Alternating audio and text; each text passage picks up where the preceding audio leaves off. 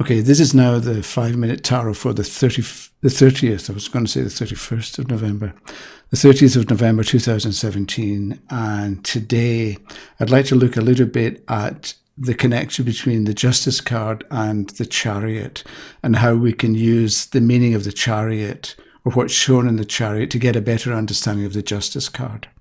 But first, a couple of days ago, I watched a video about the Knight of Wands. It was on YouTube. And the person doing their interpretation talked first about how the Knight of Wands represents a young man between the ages of, let's say, 18 to 32, I think is what she said. And I thought, we really ought not to do this. And instead, so what I'm saying is, don't learn meanings. And because if you learn a meaning, you feel you ought to, or you have to, in some way incorporate this supposed meaning into an answer, even if it doesn't apply or make that much sense. But then you can feel that at least you're doing a reading, or you're giving something of value to the questioner, even though it may not in any way answer the question. And that you can get into trouble if you start with meanings and then try to make them fit the answer. So for instance, with the Knight of Batons representing a young man between 18 to 32, let's say that's your first idea about the Knight of Batons. So let's say a woman is 50 and divorced and wants to know who she's going to marry next. Then you're not, the odds are that she's not going to marry a 26-year-old, only because people generally don't. Sometimes you see it on a TV show, or maybe it happens very, very occasionally in real life, but the odds are she's going to marry somebody round about her own age, or maybe a little bit older, given the dynamic or the demographics of 50-year-old women. Maybe there are more likely to be 60-year-old men who want to get married again. So you have to be sensible and logical and reasonable when you're looking at a tarot card, and not just take a meaning from a book and impose it on top of the question. So if the 50-year-old woman wants to know who she's going to marry, and you get the Knight of Batons, you're not going to say he's going to be 18.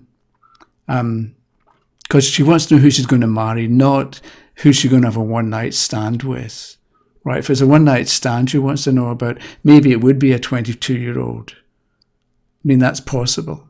But if she wants to know who she's going to marry and ideally settle down with and have a long relationship with, it's not likely to be a 24-year-old. Whereas if the Knight of Batons comes up, she's going to meet and become involved with somebody who's still youthful. We're not saying they're only 24, but they've maybe got the outlook of a 24-year-old. So they're interested in sports, let's say, and performing sports, not just sitting watching something on television, but going out and being active, being involved in their community, let's say, and being involved with their friends. So if the woman is looking for somebody who just wants to spend time with her, she's probably not going to be happy with this Knight of Batons, because young men kind of like to hang around with other young men and young women. But with the Knight of Batons as the answer to, am I going to meet, or who am I going to marry, or who am I going to marry next, then you're looking at somebody who's youthful and maybe young at heart, that kind of thing, rather than somebody who's only like physically 22, 24 years of age. So my point is, I think, don't learn meanings, and maybe look at meanings, but remember, it's the question that's the tarot is going to give you an answer. It's not going to say, I'm not going to talk to you. It's not going to clam up, but it's going to give you, or attempt to answer your questions, the ones that were asked. So look at the card and think about what's going on in the picture, and what kind of activity or what kind of thinking is shown in the card, and then apply that behavior or action or activity to the answer to the question. Okay, I was going to do two cards today, Justice and Strength, and the Chariot, to try and keep it short, but I didn't think it would take so long at the beginning there. So anyway, I'm thinking of each major trump has an awful lot of words you could use to describe it or to describe what's going on with it. So I'm thinking of a couple of things about the Justice card. On the one hand, Justice represents laws, and maybe we can understand about laws from the Chariot card. And also in the Justice card, the figure of justice holding scales which are balanced, right? They're horizontal. So I'm thinking maybe we can look at the Justice card as showing a need to be balanced or even. You need an even temperament, even thinking, and so on. And maybe we can get an idea of how to become balanced and settled and at peace by considering what's going on with the Charioteer or the Chariot card. Okay, justice. You think of justice, you've got the courts, you've got law, lawyers, judges, all sorts of different kinds of lawyers, corporate law, prosecution, defenders, and so on. So we've got the law and laws and rules and regulations, and maybe we can wonder, what's the law good for? Or why do we need it, or how did it come to develop? Because presumably there were people and there was activity before there were laws. So why do we need laws? And if you look at the Charioteer card, again, I'm taking justice as 8 and not 11, because really justice is 8. So we go back to 7, the Charioteer, and we've got this person in the rider deck on some kind of chariot. It looks as if it can't move, but we'll leave that for the moment. But it's pulled by a black and a white sphinx, or they're sitting there, but ideally they would move the chariot forward. So what do we need laws for? What is law good for? And maybe it helps us or enables us to navigate between black and white, a black sphinx and a white one. And the black and white sphinxes can represent extremes of behavior or extremes of a kind of situation. But there are many shades of grey between black and white. So we need laws so that we know how to handle shades of grey. And that's what justice is for, to help us navigate. So I'm talking about black and white and shades of grey, but maybe what we do is we've got two extremes. The black and white are two extremes. So we've got maybe love and hate. So one represents love and the other represents hate. But between love and hate, there's an awful lot of gradations, an awful lot of intermediate stages or intermediate steps. So you can say, I love you, but you can also say, I think you're okay, which is kind of towards the end of liking and loving, but it's not love. It's I like, or I kind of like you. You know what I mean? Which is not quite as strong as like. But again, it's shades of grey. It's variations between love and hate. Whereas I hate you is one extreme, but you're really annoying. That's kind of at the end of the spectrum, dealing with hate because you dislike. So we have extremes, black and white, love and hate, and all sorts of other extremes. And the justice card and knowing the rules and knowing the laws is going to help us navigate between. So when we find ourselves between one of the two extremes, somewhere between one of the two extremes, we know what to do and how to handle the situation because we've got some rules that we're going to follow, or we've got some laws in place. It's policies that we've got. So we know, you buy a shirt from the store and you get 30 days to return it, and you take it back after let's say 6 weeks later, and the store says, sorry, our policy is we'll accept returns and exchanges up to 30 days, but you've now gone 42 days. There's nothing I can do about it. And that's a policy, and that's a rule. And when you know what the rule is, it's done. You don't need to discuss it. You don't need to think about it.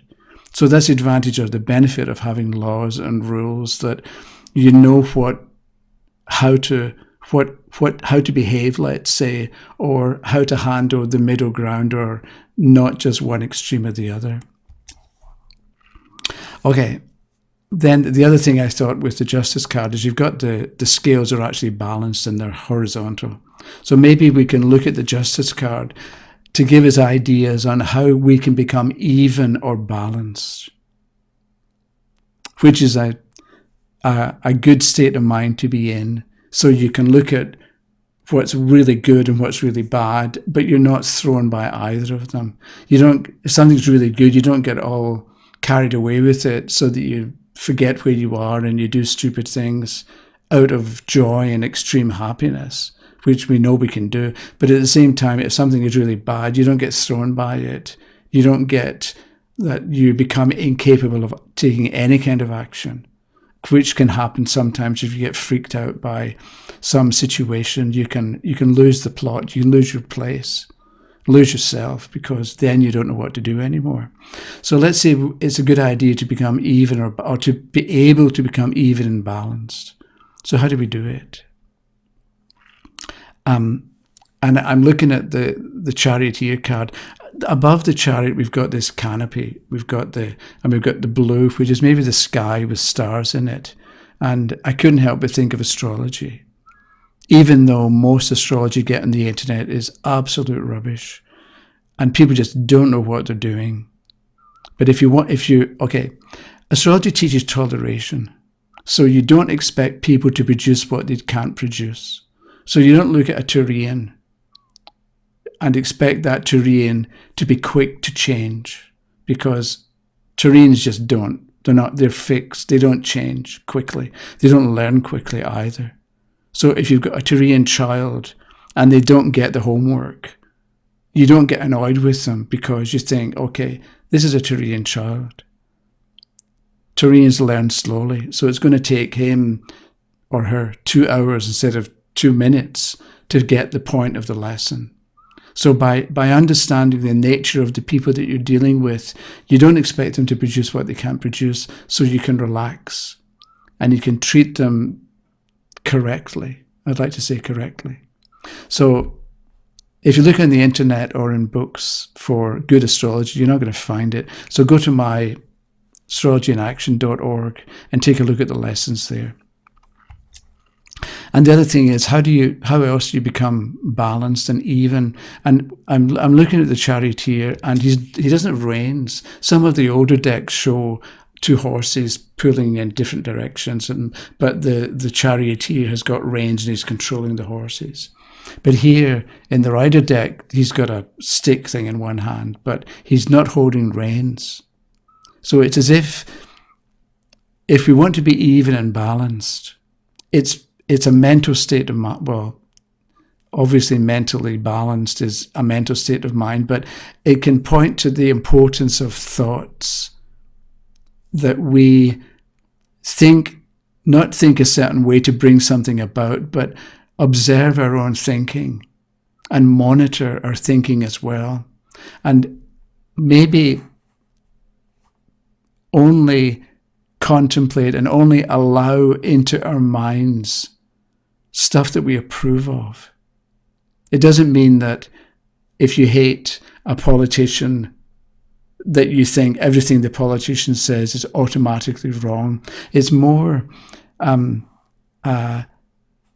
being aware of what you're thinking and observing. And if I'm thinking of negativity, if you've got ideas that you're a loser, that you're a failure, that you're never going to succeed, if you've got ideas that were put in your mind when you were little,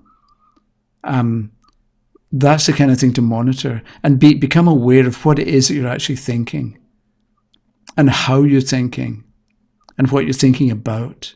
So if you're focused on things going wrong all the time, maybe it's a good idea to change it and begin to figure out how you can make it work, or how you can have what it is that you actually want, instead of having to suffer from what you don't want.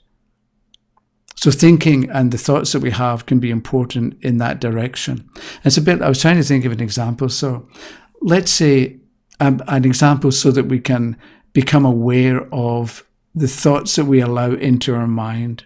So let's say the doorbell rings and you go there and there's this dirty, smelly, horrible, old fellow at the door. I don't know if this is a good example, because I don't want to be non-compassionate. And obviously, or sometimes with people who are in dire straits and difficult situations. You want to help them out. But you probably wouldn't invite them into your living room and sit them down and feed them and then let them sleep overnight in your bed. Do you know what I mean? Although maybe you've been brought up to think that you ought to do, but people don't actually do that. If people don't actually do that, so you wouldn't invite this person in and invite them to stay for a couple of months. So in the same way, when you've got a thought that you're a loser, or that you're never going to get yourself together, or that you're never going to be able to do that, that's like the dirty old tramp at the door. Don't invite them into your mind. You wouldn't invite them into your living room and into your spare bedroom or into your own bed. So don't invite or allow that thought into your own head. But be clear, be aware of what you're thinking and observe it, and then make some decisions. It goes back to policy. What's your policy? Are you going to entertain problems and keep thinking about them in the same way that if you're having a dinner party, you entertain your guests?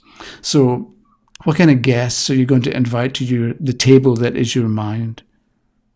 So it's probably a good idea to have a policy that you'll invite into your dining room positive, upbeat people who are willing to learn, who want to create, who want to bring about improvement, rather than people who just want to complain all the time.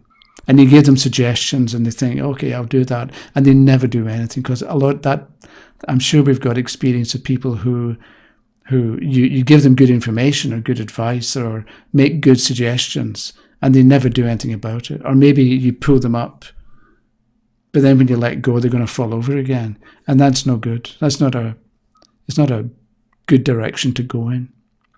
Okay, I'm rambling here, so I've said enough for today, I think. So I'll see you in December, only because today is the last day of November. So have a nice day, and I'll talk to you again. Bye-bye.